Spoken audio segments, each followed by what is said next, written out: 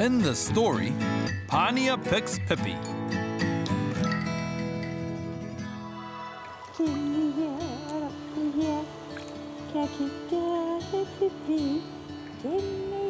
With their pants pulled up over their knees, Pānia and her nana are searching for Pippi.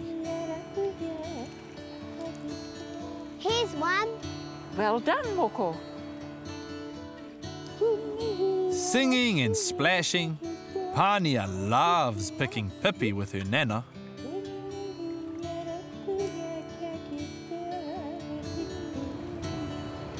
Do you know the importance of the Pippi's tail?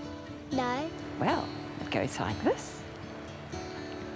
Pānia's nana explains that in the beginning, Pippi and Kuku both lived in the sand. Because there were so many of them, there wasn't enough space. As the tide went out, the Pippi and the Kuku would fight to stay in the moist sand. Some didn't make it out of the sun and were dried up and eaten by the birds.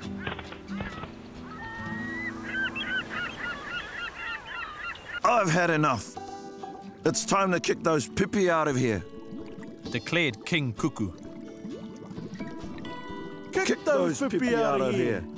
Kick those Pippi out of here, called the others. Papa Pippi heard of the plans. Be careful. Watch out for those cunning Kuku. We shall not move. There was a great battle. The Pippi and Kuku fought to stay in the sand. Papa Pippi had an idea. Dig into the sand. Using their tongues, the Pippi dig below the sand surface. The Kuku tried to follow, but the sand makes them cough and splutter. You can have this sandy land. Let's go, Kuku. We'll move to the rocks. The Pippi were left to live peacefully in the sand, whilst the Kuku clung to the rocks.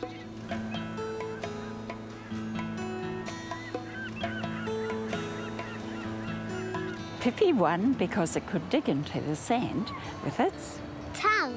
That's right. Cool.